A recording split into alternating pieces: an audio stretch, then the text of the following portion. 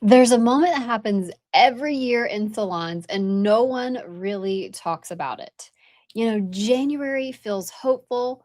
There's a fresh start, there's big intentions, and then February shows up.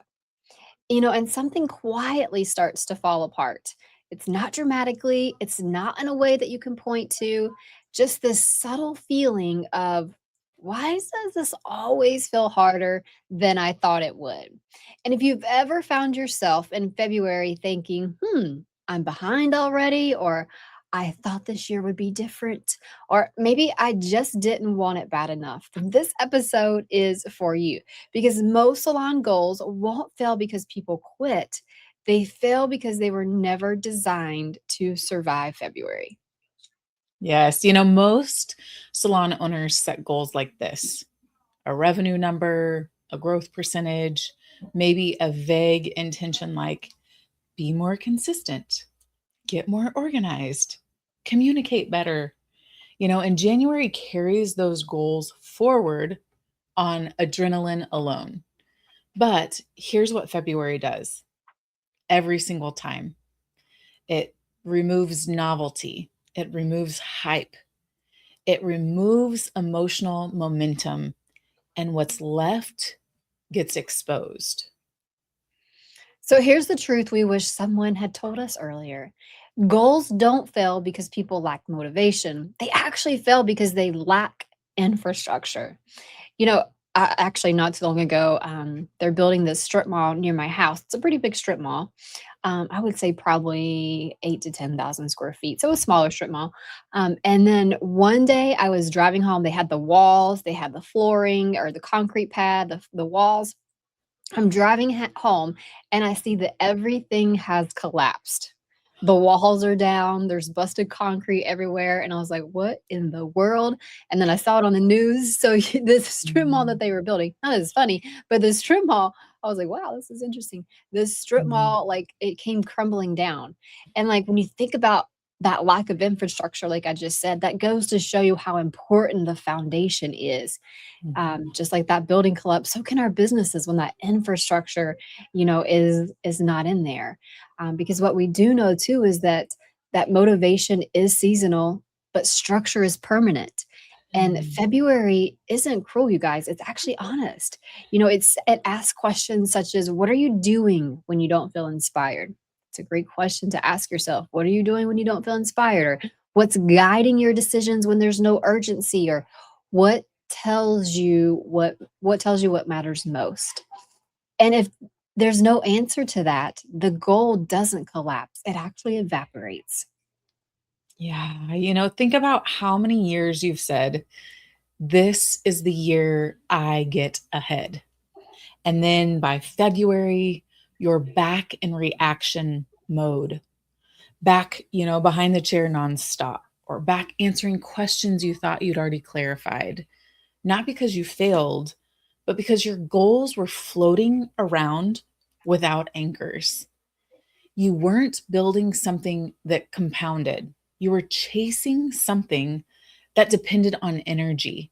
And energy is unreliable. Mm. So here's something you may have thought before. If I were more disciplined, this would work. But this is really interesting, you guys. So this is actually a writer downer because most people think that discipline means force. It means restriction. It means like white knuckling your way through the day. But discipline actually comes from the word disciple. And disciple doesn't mean someone with more willpower. It means learner. It means follower of a way, which means that real discipline isn't about trying harder. It's about deciding sooner. So discipline doesn't create momentum, direction does. So people who win long term don't rely on willpower. They actually rely on decision elimination. They don't wake up asking, what should I focus on today? They've already decided that in advance. And that's not discipline. That's discipleship to a direction. And that's how compounding happens. Wow.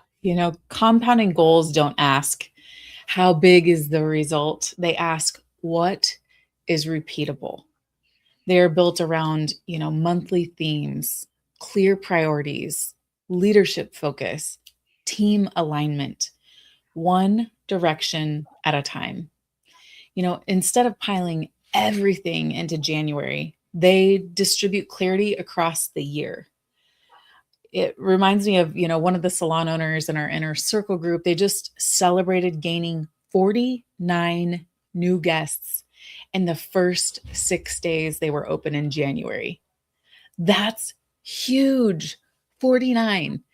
We have done the research to know the average booth rental stylist who is active on social media only gets 9 new guests a year. 9. She got 49 in her first 6 days of the year. That's a testament to the systems working. And when you're focusing on the right things, then that makes February become powerful, not discouraging, because you're not starting over. You're continuing something that was built to last. And you guys, this is exactly why we created a salon success calendar, not to give you more goals. Whew, isn't that good? But to actually give your goals a container. It actually removes the pressure to reinvent the wheel every month. Imagine not having to reinvent the wheel every month. Whew. The Salon Success Calendar tells you what to focus on, what to teach, what to reinforce, and what actually matters right now. So that February doesn't feel like a test you're failing, it feels like the next logical step. And when goals are attached to structure, they don't die, they compound. So, if February has ever made you question yourself, hear this clearly. You're not inconsistent. You're not undisciplined. You're not failing. You've just been trying to grow something without roots. And roots don't look exciting, they look quiet, they look intentional, they look like January done right. Stay with us this month because next we're going to talk about why working harder has never been the answer and what actually creates momentum that lasts.